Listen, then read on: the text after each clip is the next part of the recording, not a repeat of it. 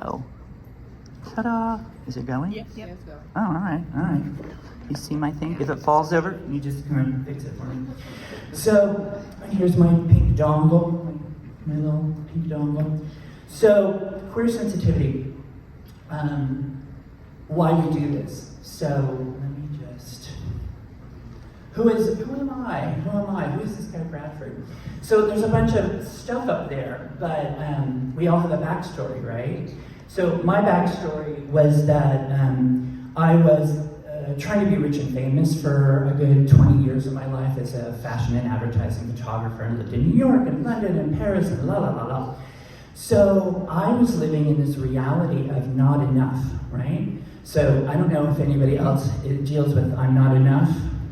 Yeah, it's a hard one, right? It's a common thing, not enough, or unlovable, or unbroken in some way. These are things that most people deal with, especially in the mental health world. So my not enough looked like I'm not rich enough, I'm not famous enough, I'm not masculine enough. Oof, hate that one. And so my 20-year photography career started spiraling into the toilet, and I let it because I was living in failure. Because for every one job I would get, it would be 20 no's, right? But the no's hit me so hard because I took them personally, right? I'd get a major ad campaign, worldwide coverage, it was awesome. Microsoft, Levi's, you name it, right? And then I would get no. And the minute that big, huge job was over, I was back to my insecurities and my, what we call negative self-talk, right? Negative core beliefs, these things that run the show underneath. So all you all are peer support specialists, and you're on the other phone with people that are dealing with their negative core beliefs or their negative self-talk or their cognitive distortions, right? Things that they tell themselves that are not good for them, right? So you're there fielding these to help these people, right? So I spiraled into vodka and sex addiction, so I'm also in recovery. Yay! We all need these things. And then I came out of it doing all this personal work and got to the bottom of my stuff. And then that led into being a life coach in New York. It also led into, I was a dating columnist for a couple years. And I wrote a book and published it. It was yay. And then I met the man of my dreams and fell in love and moved to California and happily ever after. So, on that note, let's start with removing what we think queer is, right? Because queer, whenever I say I'm doing a queer sensitivity training, they're just like, ooh, that word, because we all grew up with it being weaponized, right? Or derogatory, right? So the young people of today have reclaimed it. It's no longer a bad word. It's in fact a word that encompasses all kinds of things, right? So if you are in the questioning mode and you don't want to identify with the alphabet mafia, LGBTQIA2 period plus, right? It's a mouthful. And when I was leading the queer space group, when I first started working at Costa Palmera, it was called the LGBT group, right? Or LGBTQ plus group, and then it kept, the letters kept adding. And I went to my boss and I'm like, can we just call it queer space? And she's like, done. I'm like, awesome. So, because especially the younger people, they're adopting this umbrella term of queer because what if they, dated somebody of the same sex, early on, but they're now in a heteronormative relationship for 20 years or whatever. They still feel that they're not quite straight, right? So they would fall under the queer umbrella, right? They say, I'm a little queer, right? And what if you are a family member of somebody who is queer or trans or non-binary, right? And you want support around that because there's a lot of questions. How do I support this person that I love? So you might want to go to queer space or create queer space. Or so in your lives and in your work, which is more important, you want to have some understanding of what goes on in the queer umbrella, under the queer umbrella, so that you can have more empathy for the people you work with and more understanding, right? Let's see where we're at. So yeah, reclaiming weaponized language, right? Queer is now cool. It's in. Owning ourself, whatever our self might be, right? And that's like, I'm an other. I don't fit into a category. I fit into, I don't know what I fit into, I'm questioning, right? Or, and like, okay, Deadpool, for instance, Deadpool is pansexual. How cool is that? Like, a character in Marvel Comics is now out and pansexual. Does anybody know what pansexual is, for instance? Who doesn't know what pansexual is? All right. Well, so pansexual is you can love and be attracted to people who don't identify as heteronormative, right? They could be any sexuality, they can be any gender, but you can still love them and be sexually attracted to them, right? So, for instance, in the 80s, I was bi, right? Because I had girlfriends, because it was safe, right? And then, but then bi didn't really encompass when, you know, I would date somebody who identified as trans, right? Or somebody who is gender fluid, which is another one of those terms that you might want to incorporate, right? So nowadays, I call myself pansexual as well, even though I'm also polyamorous, right? Because I used to have relationships that were open, and I was like, no problem, I love who I love, I got, you know, I have whatever friends with benefits on the side, right? This was years and years ago. So I'm polyamorous and pansexual, right? So I'm pretty open, right? And I'm also in a monogamous relationship for the last 15 years with my husband. So just because I identify as monogamous now, it doesn't mean that I don't also identify as pansexual and polyamorous, right? I just am in a committed relationship because my husband, he's Cuban and Scorpio. He's just like, oh no, I'm not sharing you. No. I'm all right. But I knew that going in, so I bought it. So creating queer space. What do you think is important? Here's where the microphone can come in, Ryan. What do you think is important in creating queer space? Creating a space where they feel safe. That's like the most important thing, right? And y'all work for airlines, so you know that that's like number one. Safety is number one, right? I actually didn't get hired by JetBlue once because the first question they ask you is, what's the most important thing? And I said, customer service. You're not hired. So I didn't get that job. It all worked out. I like where I'm at, and you know, they're still dead to me. Sorry, JetBlue. No matter how many snacks you're gonna give me, you're still out. Actually, Delta has really good snacks, by the way. Just saying. So what else is important in creating queer space? Trust. Yeah. You have to have trust. What else? Awareness and knowledge. Awareness and knowledge, which is what we're doing here, right? Good. And anything else? Open-minded, of course, which is exactly what we're doing. Creating open-minded awareness. I love that. Man. Feeling heard. Feeling heard. Very important. Yeah. Non-judgment. And no judgment, of course. Yeah. We have people that come to queer space and they say it's the only space they feel safe and where they can actually speak about these things without judgment, right? Because where I was working, where I'm still employed, they have men's groups and women's groups.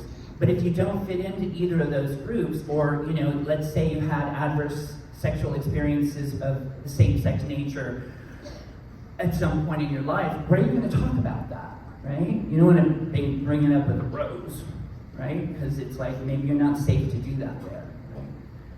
So, where else? So creating queer space. So this is what I call queer space, and this is on your second page. So your little packet right here. I'm going to go over the first page. I just have that as a cover page because it's prettier. But so the second page is what I'm going to actually talk about, and the third page is the syllabus. So this is for you. You can use this syllabus, and what I want you to do is first I need a volunteer to read what's queer space. Somebody want to volunteer to read that? And Brian's going to have the microphone. Because otherwise I'm reading off the... There, oh, okay. Okay. I love that. I'm going to ask you all to read because I think it's weird when I read off of my slides. So I'll just use my little pink laser pointer and just go like, what's that say? What does it say?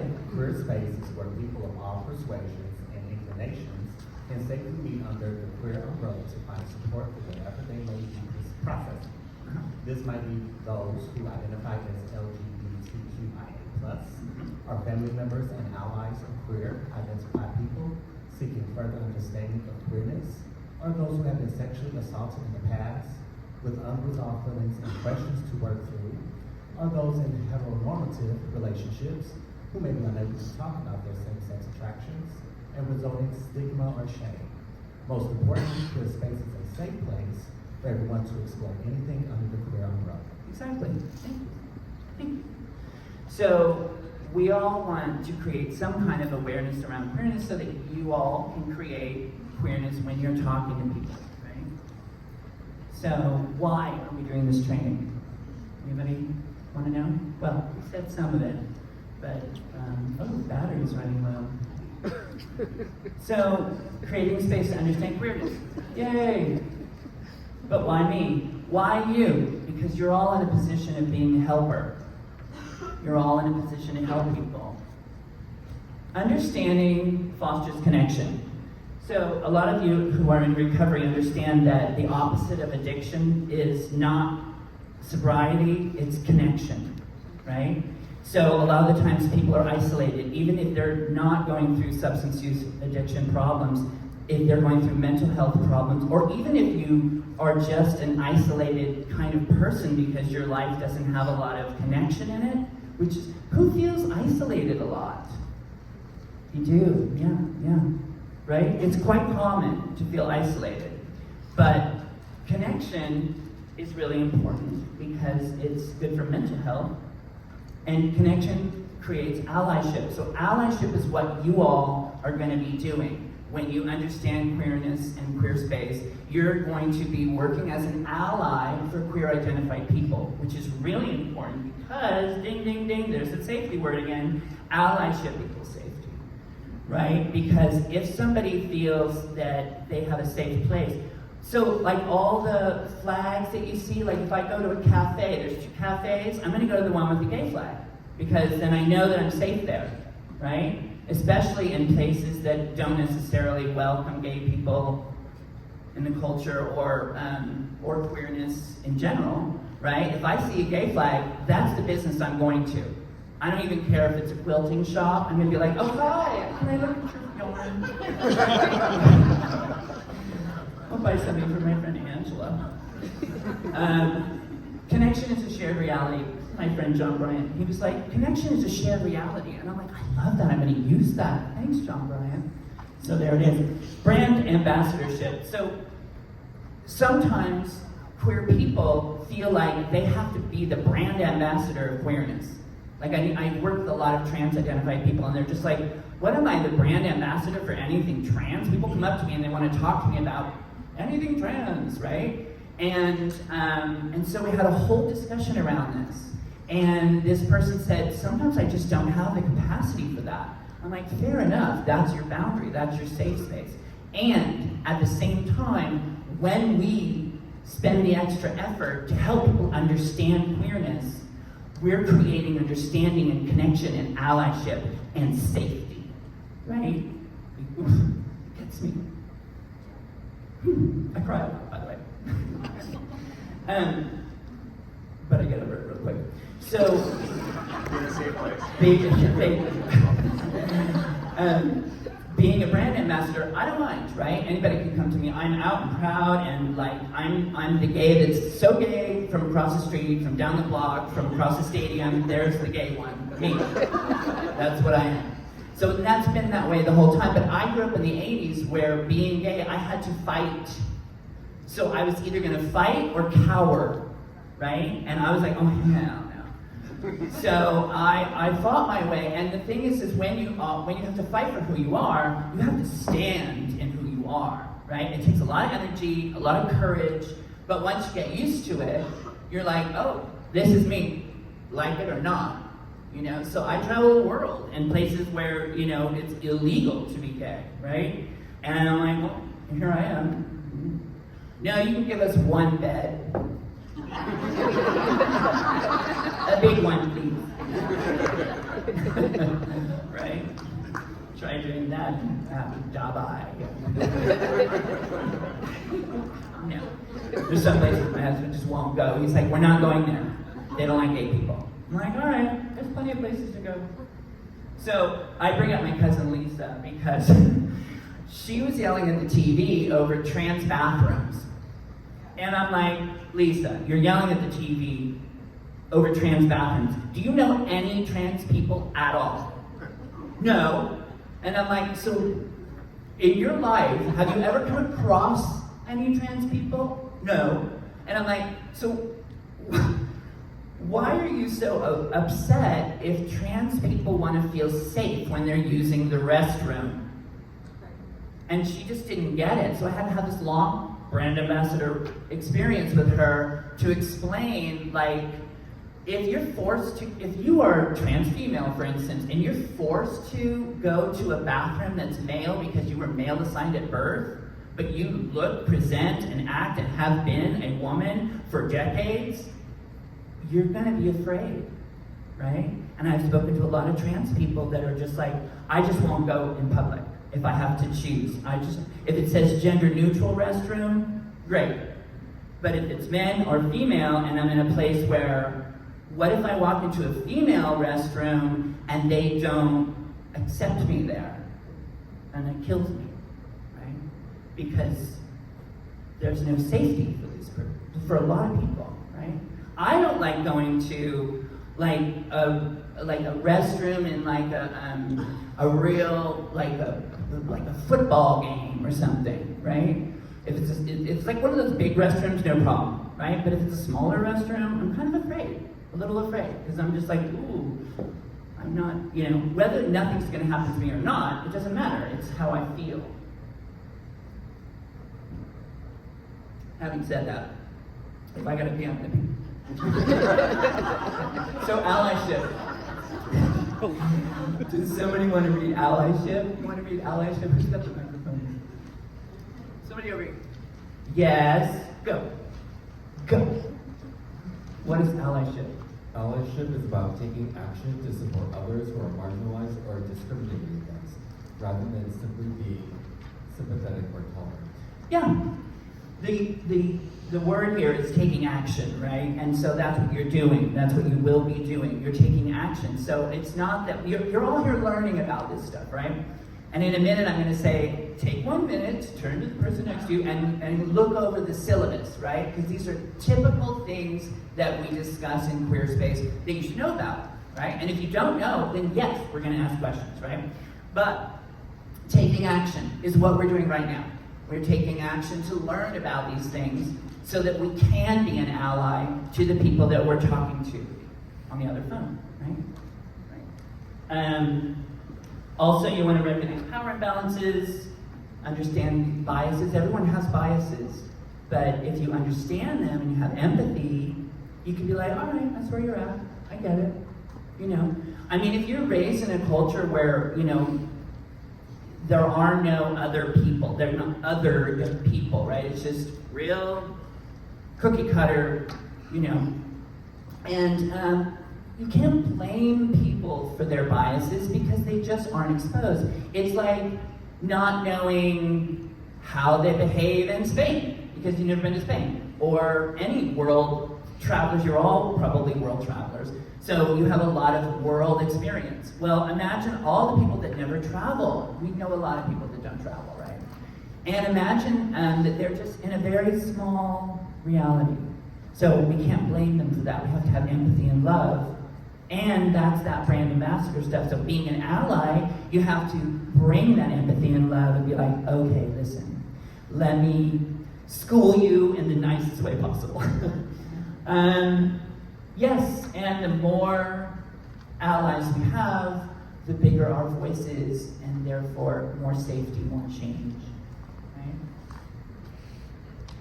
Syllabus highlights. Okay, so take a minute and open to the third page where it says syllabus, and just turn to the person next to you and say, do you know any of this stuff? And like, you know, if you have any questions, this is the time for us to talk about typical things that people discuss in the queer realm.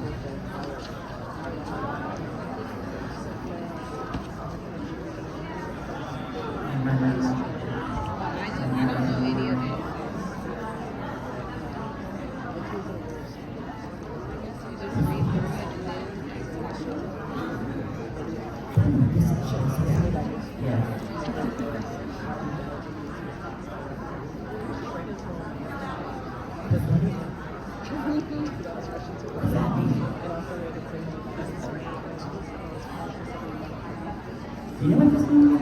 Oh, I know what that means.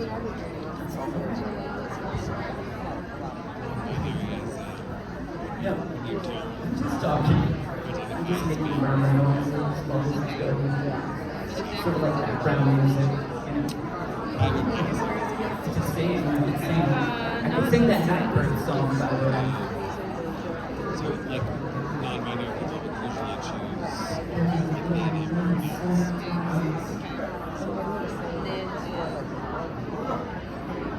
Understanding asexual.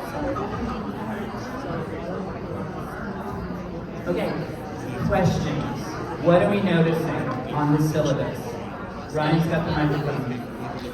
Questions. I want anybody with a question to raise their hand whenever I'm speaking, because it's your session, not mine. I know this stuff already. Questions. Somebody's got a question. I know somebody does. Oh, here's one.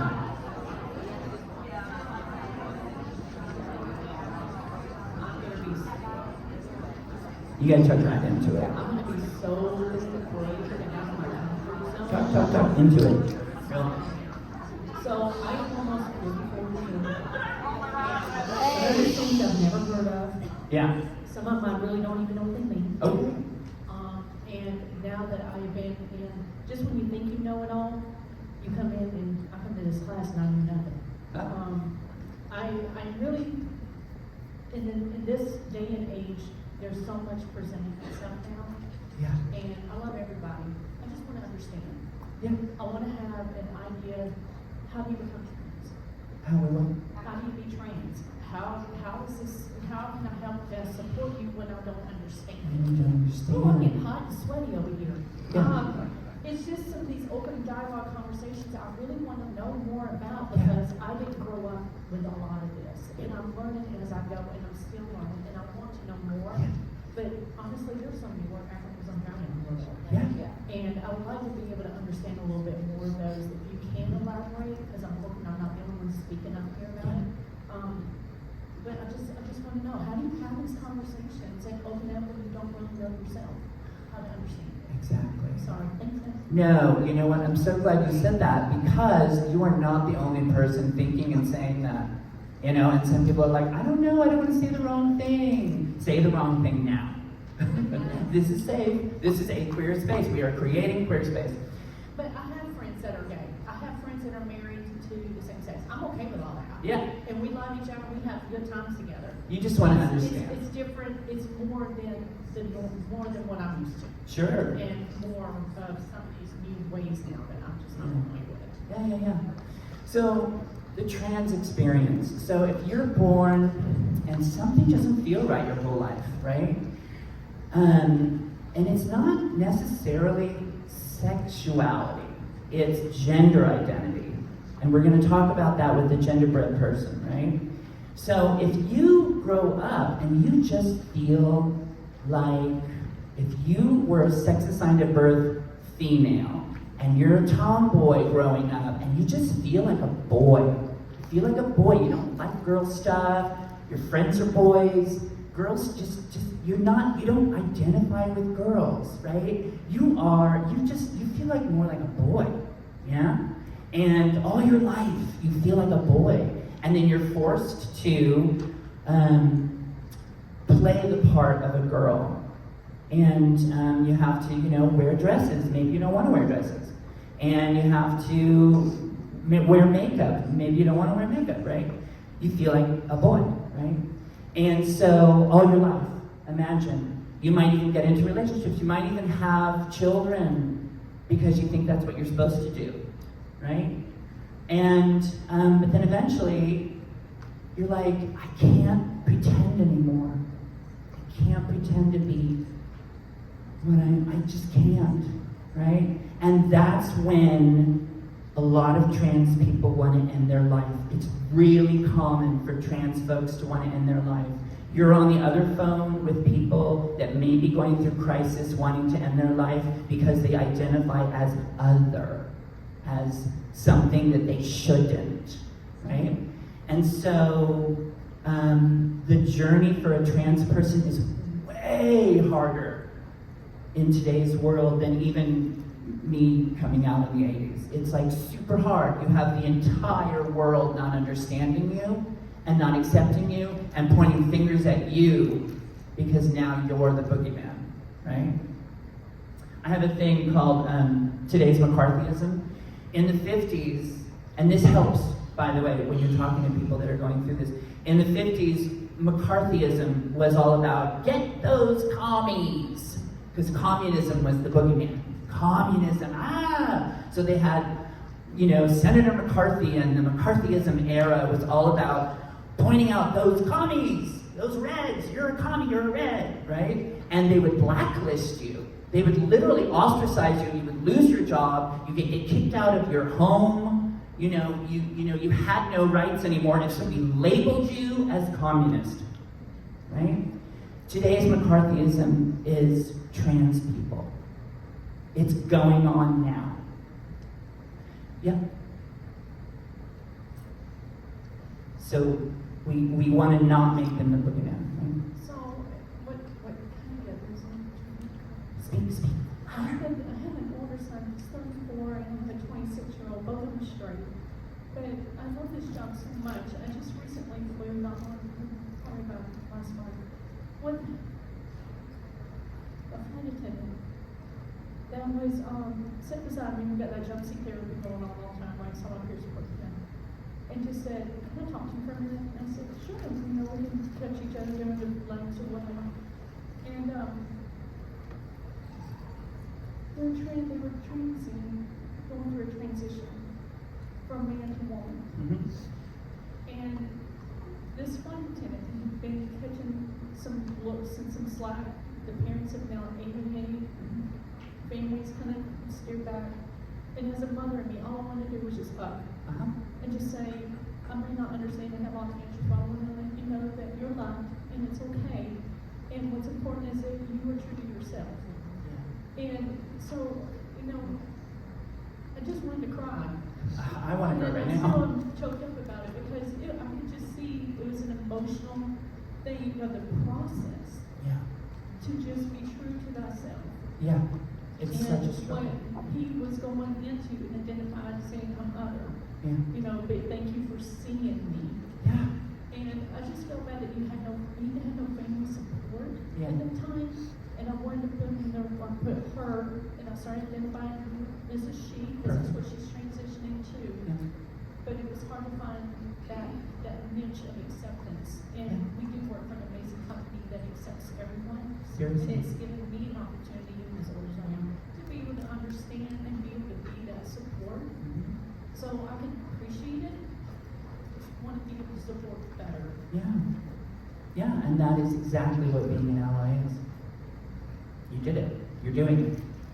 It's exactly it, because you have the empathy, even if you don't understand. I know, me too, right? I'm like, But I've heard this story a million times.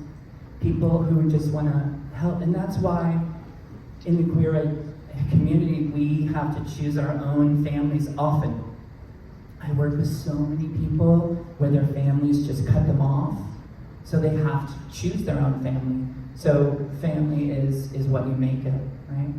And, you know, that was perfect. That you said, I don't understand, but I'm here and I see you. And I want to understand. And I'm here to support you no matter what that looks like. It's like, oh, right? That's what you do, right? And you see the reward in that? What you do on the other line is that you get this reward. When I'm a therapist, I get this reward of helping people. I love it. It makes me cry all the time. I cry in front of my clients, I cry in front of people, I cry in front of 150 flight attendants. Right? And it's so, I call it juicy. It's so juicy to have such depth of emotion and empathy for fellow human beings, no matter what they are going through, right? So, did I answer your question about trans? It's a really hard road. Do you have a question? Oh, I wanna give you a hug. Somebody give her a hug. What's going on for you? Give her the microphone. About 7 months ago, Uh-huh. my gay son Yeah. came to me and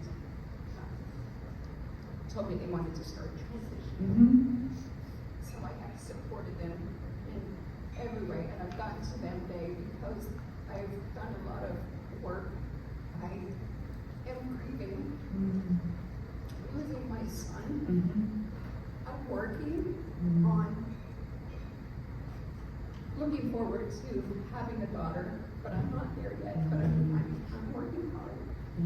My question is, when is my fear for their safety ever going to be? That's what my biggest concern is even you meant what you said about taking their lives, that's when I started being emotional, because with the current climate, and the changes that were revoked from what had been done prior, I fear for my child's safety. Every day, I worry, and I just don't know what I can do to get over that. Is it ever going to go away, or am I always going to feel this fear that's within me? I do everything I can to support them. In every way. They're going to a water park in a couple months with a group of their friends who know everything. And, you know, they said to me, what am I going to do now? Because I'm developing. And I said, well, you wear a swim shirt. You know, there are things that I'm getting presented with, and I just hope that I choose my words wisely and do everything that I can. But my question is, how can I get over the fear that I feel? It's super real. Especially as a mother, because you're always going to be afraid for your child. Always. You know, no matter what their situation is, you know. So what you can do to battle the fear is inform yourself and be an ally, right? And always be a place of safety for your child. And that's what you can do. You might always be afraid. You might always, right?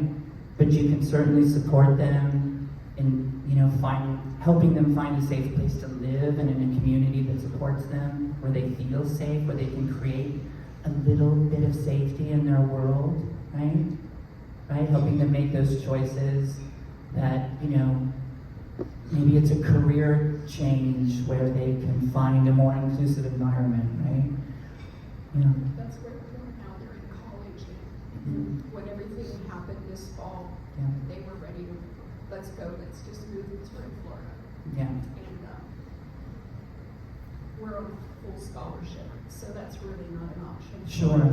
But I said, let's just get through these next 2 years.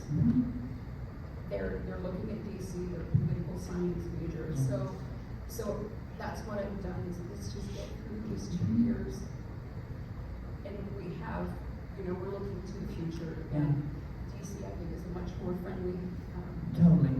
place for them to Yeah, be. yeah. So we have things in place. I just pray that I say the right words and do the right thing. Yeah.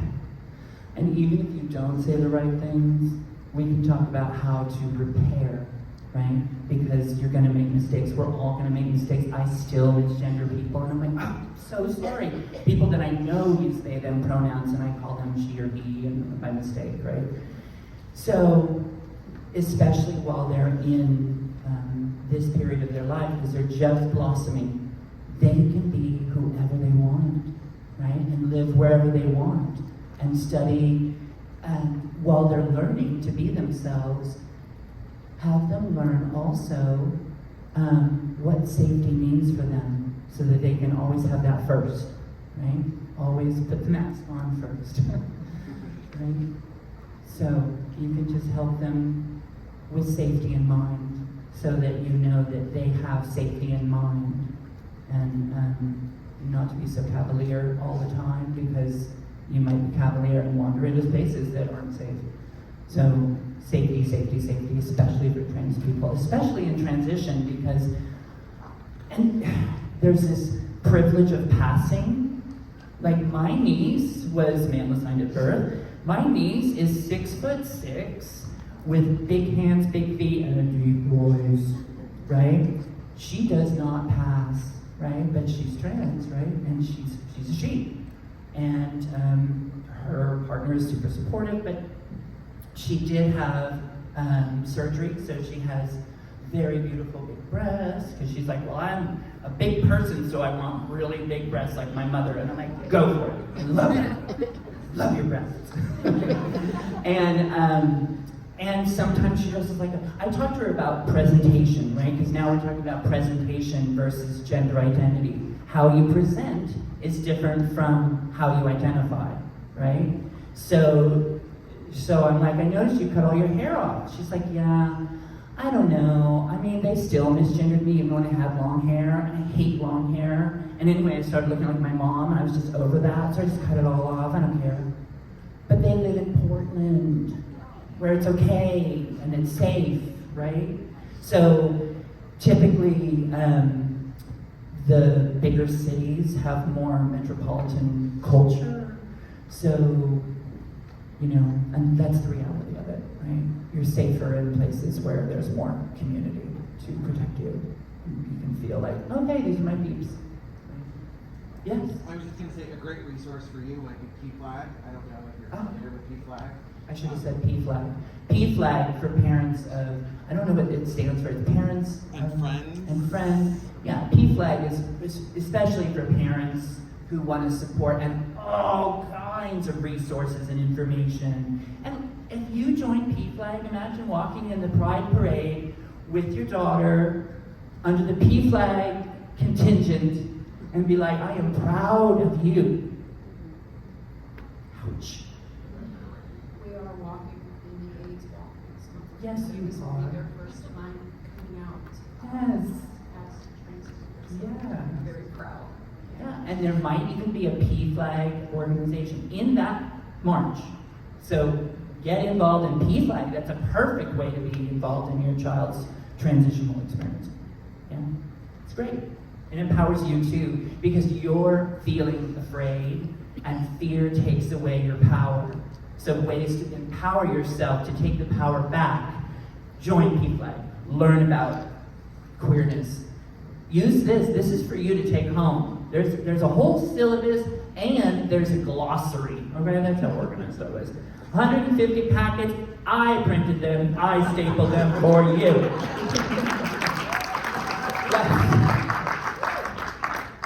Yeah. I wanted to say I love listening.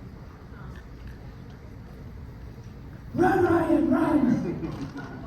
The allyship that you were talking about. Yes. That's why we don't have all the answers.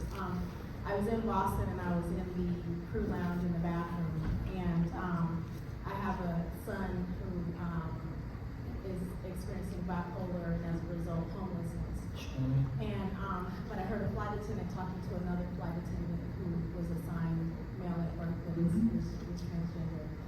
and the flight attendant was talking about where they landed and was complaining about the tent cities in Seattle and all these homeless people and their drugs and blah, blah, blah. And I was in the stall not wanting to come out because I felt some type of way about the conversation. Okay. But I heard this flight attendant who is transgender and had an understanding for empathy very lovingly say to the other flight attendant who was speaking this way, explaining that perhaps that's an assumption and that, you know, there's a story behind how those people got into that situation. And she explained that it was, you know, maybe kind of look into it and pull back from just making a judgment about it. But she did it so lovingly. Yeah, And with empathy and love. with a lot of empathy. And so I waited until the other flight attendant left, and then when I came out of the stall, I just looked at her. I know her from the training center, and I said, "I just love you in this moment." Yeah. Because I heard you really standing up for who you didn't know. You were standing up for my son and the assumptions being made about homeless people. And because he has a family and all of that, he just has other struggles as well. And she and I were able just to talk about that came from her own experiences of having been prejudged, having been misunderstood.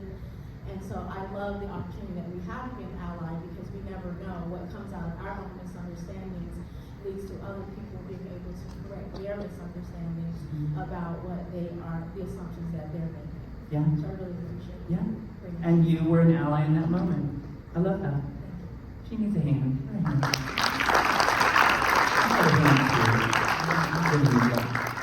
love that. Any more like syllabus questions? I have a question. Yeah. So I got a loud voice, but I don't know my pronoun. But I have a coworker who has transitioned. She Okay. was female assigned at birth. Yeah. And I struggle because for 5 years I knew her as a she. And you know, we were talking like girl, and so now I'm like shit, you know, like I'm constantly, but it's just like my natural voice or talking because I'm around my homegirls and stuff all day, so and I'm caught saying that, and then I feel so bad after I say it. Yeah. You know, like I'm like, girl, let that go, girl, or you know, and I'm like, oh god, and I'm like, okay, I'll call you back, because now I'm like feeling so bad because I've misgendered him in that, and he understands. You know, it's like I understand. You know, I know you don't mean any harm in it, but I'm like, I'm not doing this intentional. It's just my typical language, you know, of saying like I call my mom girl, you know, like girl, you know, like so it's just natural. But I feel bad, and I'm like, how do you correct that in a gentle? How do you correct it gently? You know? That's a really good point to bring up, and now we're talking again about repair, right? You just be intentional with your repair, and even if it's later, and you're like, hey, by the way, listen, earlier, I noticed that I said girl, and I just want to acknowledge that I misgendered you, and I'm sorry. Even if it's days later or weeks later, you know what, something's been sitting with me. You know, I off the cuff used girl, and then I realized that I had in that moment misgendered you, and I really apologize. And it means so much, because it's not like, oh, sorry. You know, it's just like, I was thinking about it, it resonated with me, I am now making repair, right? Because then you're being an ally. You're going out of your way to say, this affected me beyond you, and I want to share that. See how important that is? Yeah. It happens all the time, right? I do it too. And also, you guys, not anymore. Y'all, it's fine. You're from the South, or here we are in the South. Y'all. I use y'all now. Y'all. And my mom's from Louisiana, so I can do it real well. But y'all is much better than you guys, because you're not all you guys. They're not all guys. And it could be misgendering them. And it's those microaggressions that we don't even think about.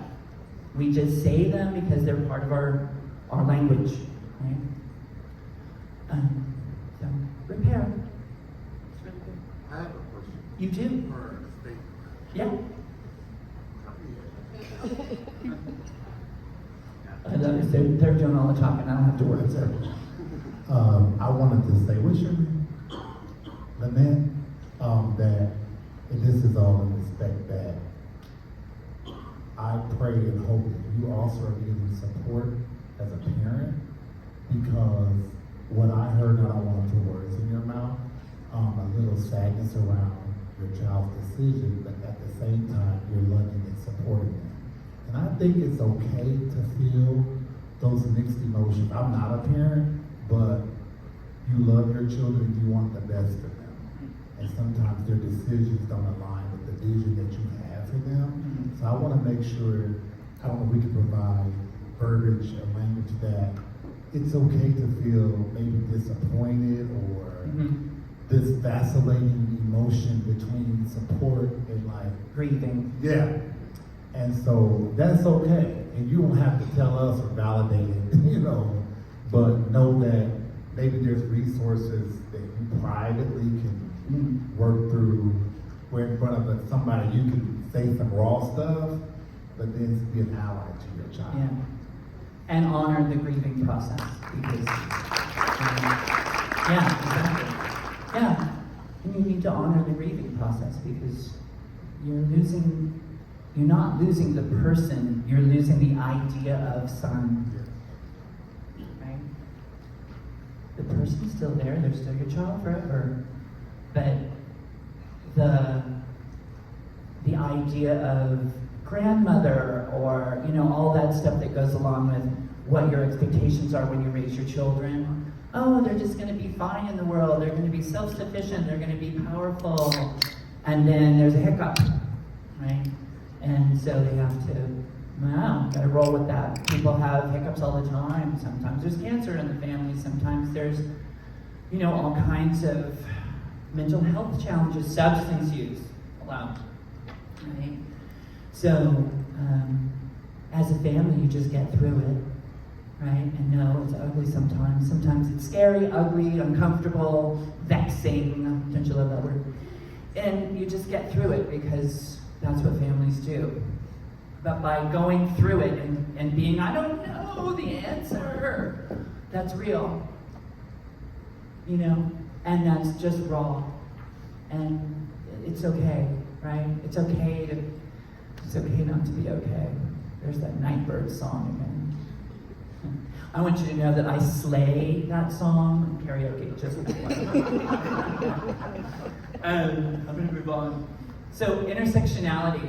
Okay, I want somebody to volunteer to read this as fast as they can without stopping. Ryan, you want to read it as fast as you can without stopping? Go, Ryan, go. Intersectionality. Right there, read it. Quick. Not under pressure. Yes, it's gonna be fast. It's gonna be fast. Coined by Kimberly Williams. Too slow. Khrushchev. This term refers to the overlap of social category. Okay, never mind. The point of this is because all that mumbo jumbo, I can't get into it either. So, what does it really mean? See, that was the joke. It means this.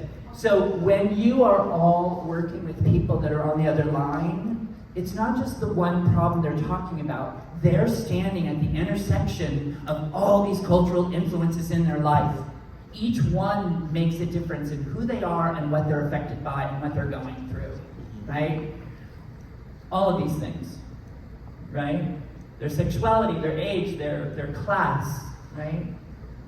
People, I talk to, not be so PC, I talk to very well-intentioned white people all the time, and they have no idea how privileged they are, right? I know, because I did a multicultural counseling and social justice education master's degree, and that is a mouthful, and I was the only white guy, right? And I was like, what are you talking about? Why are you calling me privileged? I was lower middle class, and I was schooled. This one girl, she's like, honey, I had to get up at 4 a.m. to cross the border of Mexico to get my free breakfast because that was the only food I was going to get for the day. Don't talk to me about your privilege, Whitey. And I'm like, whoa! Shoot. So part of understanding intersectionality is you have to think beyond what they're presenting, who they're being in that moment, and you have to say, like as a counselor, I can't just say, you should divorce that guy. Because what if they're from a Hispanic culture that doesn't support divorce in their culture, right? What are our options here? How can you find yourself? How can you repair your relationship? How can you have an understanding? Or you do you boo on the side, right? Or whatever works out, right? You can't just counsel somebody without taking all of their intersectionality into account. Because all of these intersections are having a part, right? So we're gonna practice. Let's practice. Hi, my name is Bradford. My pronouns are he, him. I identify as a cisgender, gay, white, male, financially secure, privileged, right? And happily married with a strong social network. So some of the other influences that are in my intersectionality is that I came out in the 80s, I told you about that. Very different. During the AIDS epidemic, right? I saw a lot of people die who identified as gay. Fear, right? I was afraid to be gay because people were dying, right? Lots of my friends died, right? Very scary time. And I'm also a world traveler. We talked about that. Lots of influences by being well-rounded culturally, right? And I'm ex-fabulous. I'm in recovery for that too. The ex-fabulous is when I needed to be rich and famous and I was all ego-based. And so, like, that's the basis of my not good enough, right? We talked about that too. So, let's practice. How do you identify? Is it the next one? No, that's the next one. So, who wants to try identifying their intersectionality? Yes. Microphone. Oh, run, Madison. Oh, 5. Ooh, we're really going fast today. All right, well, I talk a lot. Yes. Hi.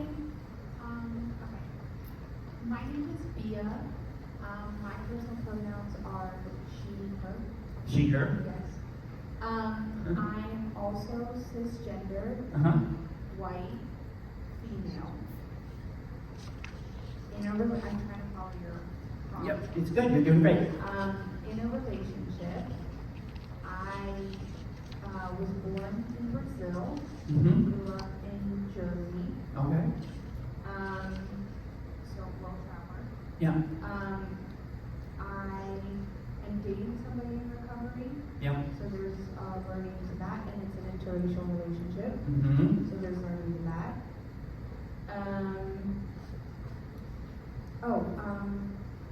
Could be some immigration trauma going on there. Yes, immigration trauma and what's it called? I grew up very low class in Brazil in a favela. Favela. So where I am now is difficult to navigate, whereas like no one in my family has the life that I have now.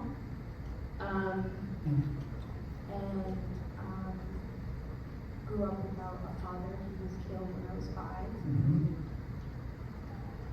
think that's my interest. Perfect. Great example, right? Don't you know more about her? Like so much more than how you mean this, right? So when you're answering the phone, you can say, hi, I'm Brian, I use he, him. What's your name? And then they know that you're safe to say, oh, I use they, them. Because most of the people that use they, them, they're just like, oh, I don't want to bring it up because, so, I'm out of time, almost, but the genderbread person, this one's really helpful. So, there's how we identify. There's sexuality or gender. I identify as gay in my sexuality. I identify as male in my gender, right? I love my husband. Remember, it doesn't mean that I'm not polyamorous, but I love my husband, and I'm turned on by pansexuality. I'm turned on by all kinds of things, right? I'm also in a monogamous relationship, so I'm turned on by my husband at least once a week.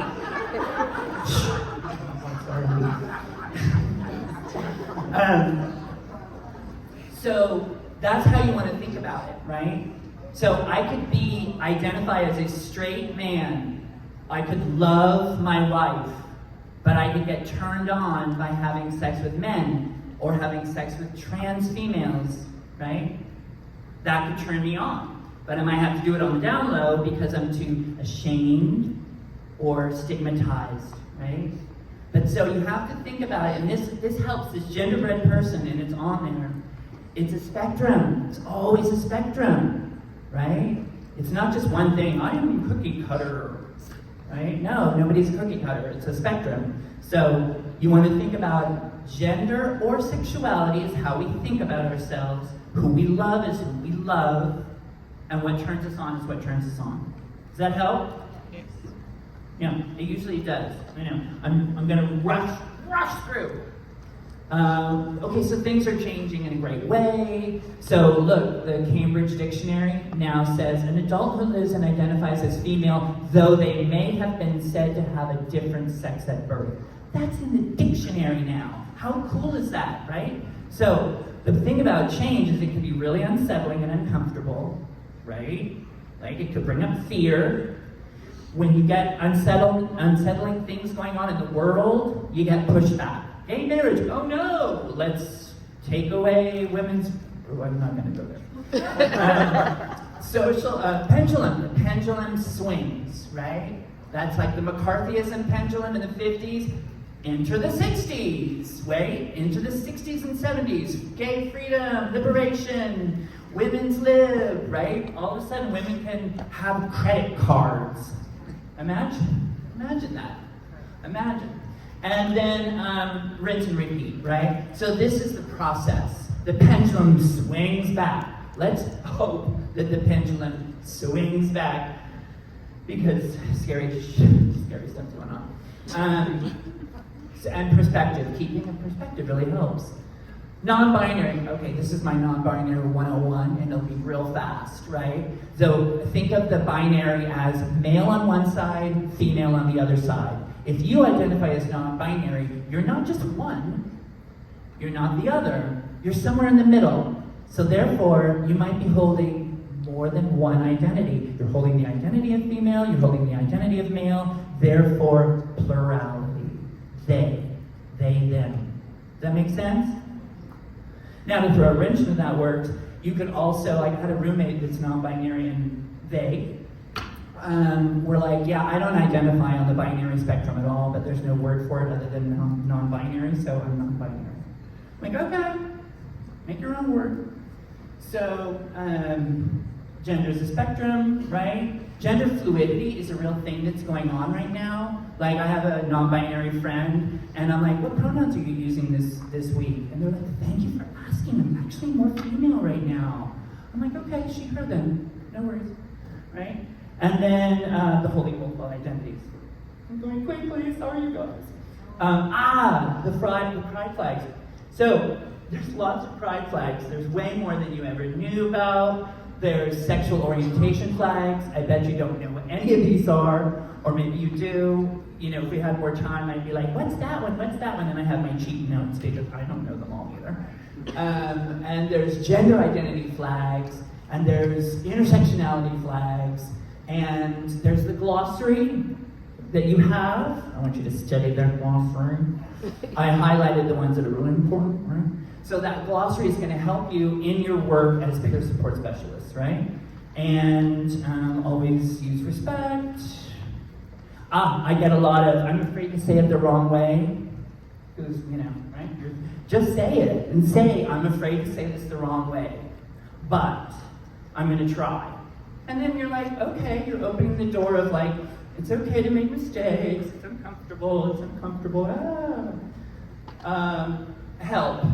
So where I work, where I'm employed, is an inpatient program. So when you get popped for substances, you want to keep your job, you want to go to treatment, right? So inpatient treatment looks like this. Outpatient treatment looks like that. I was working for a program that was 30 days, right? Some are 60, 90 days. So all of that is available. I urge you, because you all might be sending people for treatment, I would urge you to know the differences between RTC, which is residential, or PHP, which is an outpatient format, right? So I've been working in inpatient format for the last 2.5 years. I'm going to an outpatient format. Brand new program, it's all queer identified, called Element Q. It's in San Diego. So that's where I'll be, but I'm also still contracted with Casa Palmera. Final thoughts and questions. So, yeah, make mistakes, repair, learn, grow. That's me. Yeah, I love you do you boo.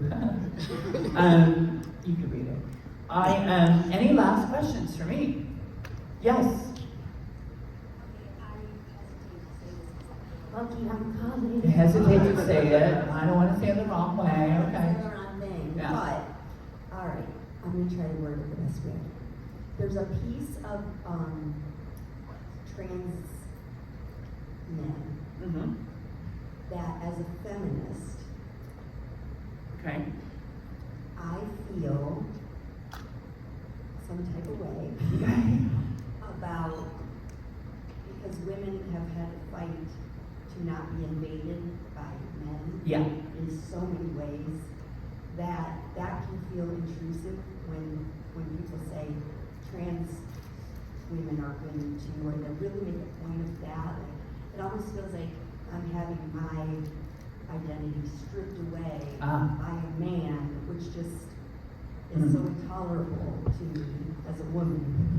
And I want to get over that piece. Sure. That's what I'm not, when people say, oh, well, then you're transphobic. I know that's not who I am. No, I you're just just- know that there's something real about what I'm feeling. Yeah, because of your background, right? You probably had to fight for your women's rights, and, all your life, right? Great. And it's totally valid, right? How people identify should not destabilize how you identify. You do you, boo. Hashtag you do you, boo.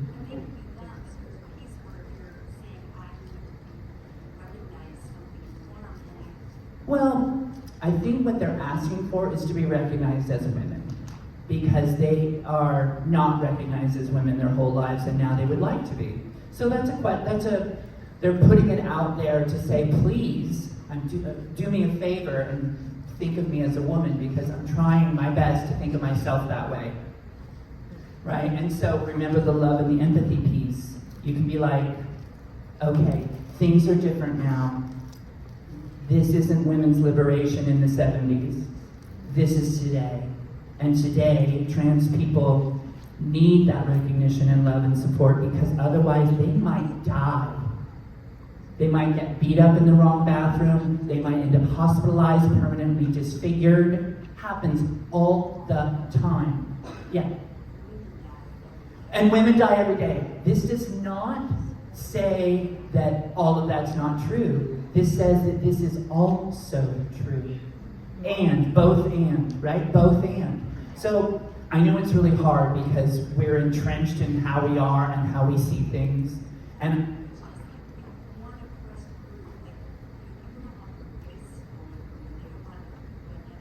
yeah.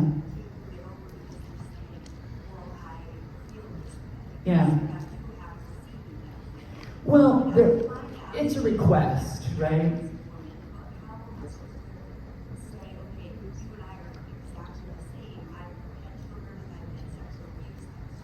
Yeah.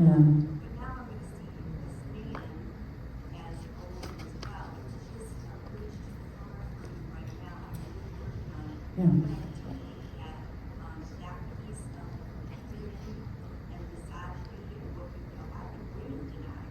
Yeah. Yeah. And everything you're saying is totally valid, because that's where you're coming from, right? And that's your background. Remember before we talked about this is my reality, right? You just haven't been exposed to a whole queer culture, right? It's okay. That's why you're here. You also said, I'm working on it. Perfect. That's where you're at. Don't blame yourself for not being somewhere different than where you're at right now. But also know that this is a little extra information to marinate with, right? And Maybe it'll change your mind, maybe it won't. You don't have to do anything. Anybody that's asking to be recognized a certain way, that's a request. You don't have to grant a request. Some guy wants to sleep with you, you don't have to say yes, right? Right? You know, my father wanted me to call him sir. I'm like, hell no, I don't respect you. That was a big day. But it's a request. And I love that you're bringing this because guess what? You're not the only person in this room that's struggling with the same thing, right? So don't shame yourself or feel wrong or bad. Just know that it's uncomfortable and change is unsettling. It is. And it butts up against all these things you know and have and feel and think and have thought for decades. This is new, right? Newness is hard to adjust to, right? It's uncomfortable. Yes. So you're uncomfortable. I am too sometimes. Yes.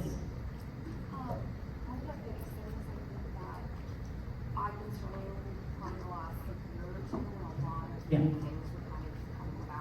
Yeah. Was boundaries with crew members or family members that feel the exact opposite way that I do those certain things. Yeah. Drawing a line of the boundary of at what point do I, at the sake of like completely damaging relationships with people that I love, Right. care about, over their opinions. Right. At what she's asking, yeah, we have to go. I'm so past time, but at what point do you draw the line of your ideas versus their ideas? That's a personal struggle, right? But here's how I'll wrap it up. Empathy and love. That's what you do. And that will help you get through a lot of uncomfortable stuff. Okay, that's it. That's it. That's my TED Talk. Thank you. I've taken away somebody else's time. You are absolutely crushing. We're actually over here. That's an important conversation, right? Can we all agree that this is such an important conversation? You could lead this entire conference. I would listen to you talk all day, 3 days, we got it. But we do have so many other presenters and everything, but we are literally trying to just keep that conversation going because this is an important conversation and we're a very small subset of our entire workforce, of our work group, and we represent all different people within our work group, and this is such an important conversation for our work group. So thank you so much, and thank you for creating this. Thanks for having me. So thank you guys so much, and thank you for all the thoughtful questions and the vulnerability with that, and opening up even when it's scary, because those questions can be really scary sometimes. Okay. Do you want 5 more minutes? Do we have any pressing questions? Are we okay? Does anybody need to go take a break really quick before Okay. 5-minute break? Okay. We'll see you guys in a few minutes.